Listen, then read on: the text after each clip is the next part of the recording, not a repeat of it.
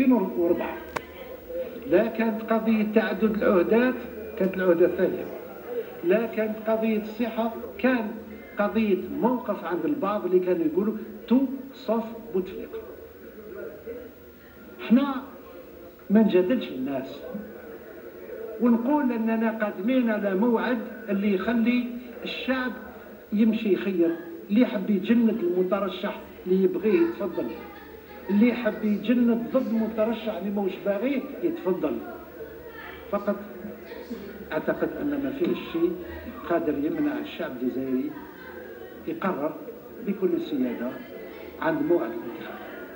بل اكثر من ذلك نضيف باش نبقى. قالوا لي الاخوان علاش تتكلم على ما بعد افريل؟ لان الحياه تستمر، الجزائر تستمر بحكم فلان ولا حكم علان. نذكر بعضنا بعض ان في السنوات الثلاثه ولا الاربعه الاخيره النداء والتحرك نحو ندوه الاجماع كان موضوع متقاسم عند المعارضه وحتى الاحزاب الموالاه. كي كانت في حوار مع المعارضه ما كانش ضد لقاء توافقي. الاخوان اللي كانوا ينشطوا على هذا الملف زاروا جبهه الحوار الوطني، زاروا التجمع الوطني الديمقراطي، باش نذكر هذه الاحزاب من احزاب الاغلبيه، وهذه الاحزاب كذلك قالت نعم نمشي في نقاش في هذا المجال. الان موضوع ندوه وطنيه جاء حتى من طرف مترشح. علاش جاء؟ لان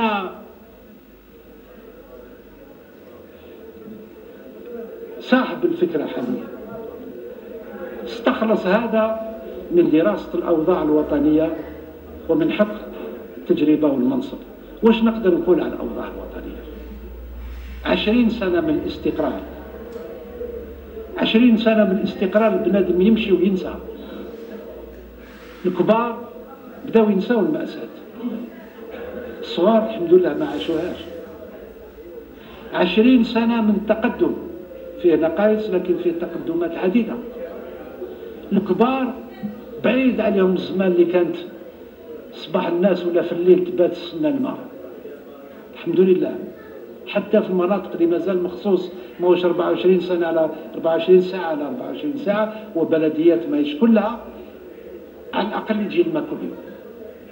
الناس نسات الندرة في السوق، كان طبيعي تنسى الندرة في السوق، واليوم الحمد لله السوق عامر. الناس نسات الأكواخ لي بيدونفيل. وراه كوخ سيدي سالم في عنابة جات في مكانه مدينة جديدة تسمى درع الريش. وراه كوخ غورياس في العاصمة جات في مكانه مدن جديدة. ما نذكرش سيدي عبد الله فقط، نذكر كل ما هو حزام المدن الجديدة. وراه كوخ كوشة الجير في وهران، ونقدر نزيد والحمد لله. ومازال البلاد تبني، معناه فيه تطور. ضيف الى ذلك عندنا طبقات متوسطه كلاس موين تعزز، مستوى ثقافي بقدرات، لها تصورات، لها نظرات للدنيا. لنا شباب جديد في الجزائر كي باقي البلدان، ذو مستوى، عنده احلام واحلام جيله. هذا كله اللي خلى السيد عبد العزيز بوتفليقة اقترح عقد ندوة وطنية للتوافق. لماذا؟ كنا نتكلم منذ أيام واليوم راني نتكلم أمامكم، وأنا كذلك نشهد على النقائص، وأنا كذلك نشهد على التحديات. نريد أن أمام هذه النقائص وهذه التحديات تتضافر جهود الكل وتتضافر تفكير الكل. ما يحتاجش ندوة، لكان ندوة تخدم الجزائر. والندوة جاء في الرسالة، ونزيد نشرح شوية أكثر. ندوة مفتوحة لكل الأحزاب اللي قابلة تشارك، ونزيد نقول ما كاش حزاب كبرى وحزاب صغرى، كل الأحزاب بعد النقاش تكون لها حصة. قال 2 على حزب، 2 على كل الأحزاب. قال 5 على حزب، 5 على كل الأحزاب. الجمعيات كيف الشباب يكون طرف، رئيس الندوة يكون مستقل ومختار بالإجماع. والندوة تناقش واش تحب تناقش في حدود ثوابت وطنية وفي حدود مبادئ الجمهورية. باقي تناقش الاقتصاد، تناقش السياسة، تناقش الاجتماع، والندوة لها تاريخ إذا كان الشعب قرر أنها تنعقد في سنة 2019 وربما تدفع حوصلتها في سنة 2019.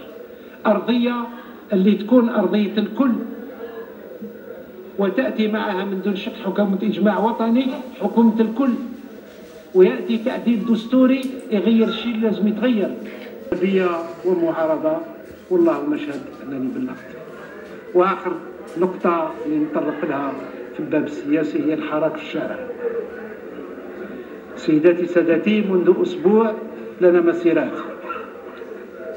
قلت في تدخلي عند تقديم بيان السياسة العامة أننا سعداء أن هذه المسيرات سلمية وأنها تطبيق إلى حق دستوري، لكن وحنا نلاحظ مسيرات سلمية ننبه بعضنا بعض للحذر. لماذا؟ احنا متيقنين في أبناء الجزائر، لكن متخوفين من لي مانيبيولاسيون، المناورات. وإذا كان نتكلم عن المناورات واستغلال الشارع، نرجع بعضنا بعض للوراء ونفكر بعضنا بعض 91 كان كما اليوم طبقة سياسية تقريبا موحدة في الاحتجاج ضد النظام. وانا الان نقرا باللي فيه نداء الاضراب، نذكر اضراب 91، نذكر وين رحنا.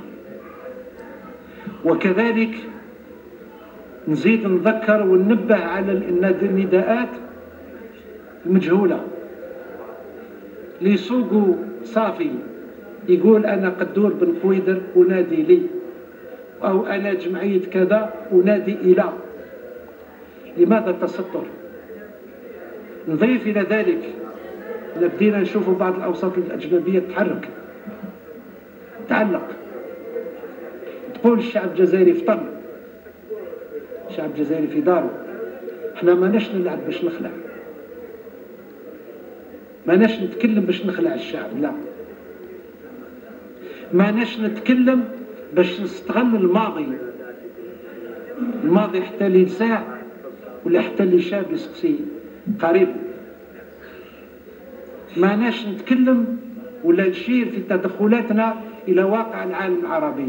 نقول لبعضنا بعض اخواني، شفت تعاليق الناس فرحانه، قال المتظاهرين قابلوا الشرطه بورود، الحمد لله، لكن نفكر بعضنا بعض. الشيء اللي داروا، الشيء اللي دارتو لا، الشيء اللي دارتو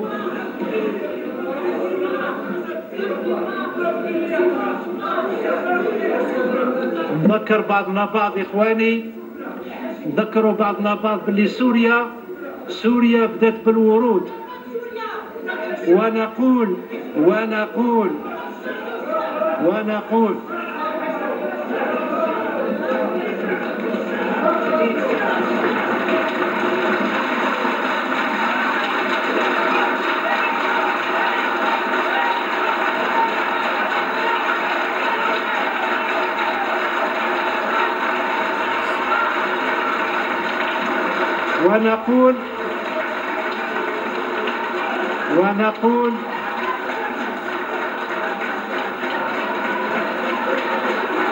ونقول سيداتي سادتي،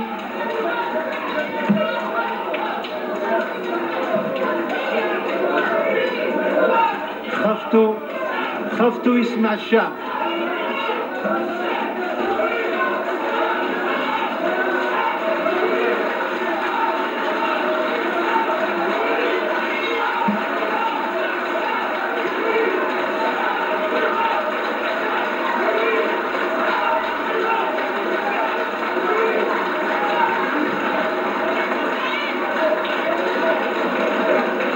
لا قلقتهم رسالة الحق، وراهم هما يأكدوا باللي باغيين الفوضى. وأنا نقول للشعب الجزائري، أنت حر في بلادك، لكن نوصيوك